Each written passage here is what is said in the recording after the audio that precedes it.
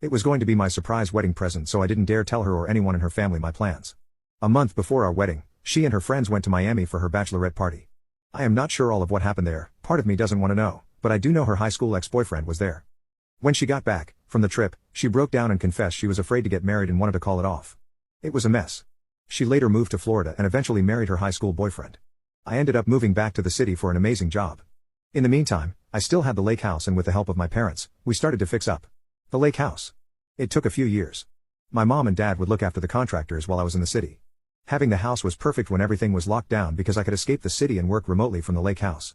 I now live here full-time and work remotely. Then this summer we had the 4th of July at the lake house. My sister-in-law used photos from the lake this summer in her Christmas card, and one of those cards made it to my ex's cousin. The cousin recognized the house. The Saturday before New Year's, ex's mother and sister were at my front door. After pleasantries and answering their initial questions, they made an offer to buy it, but I refused and they were not happy.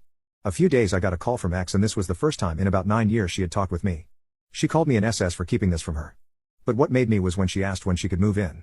I asked, "What do you mean by that?" She paused and said, "I know this is just your way of telling me that you are still in love with me. I am just making it easier for you. No need for the chase." I was in absolute shock, but I commended her audacity for thinking such. I told her, "We currently don't need a housekeeper, but I'll save your number," and hung up.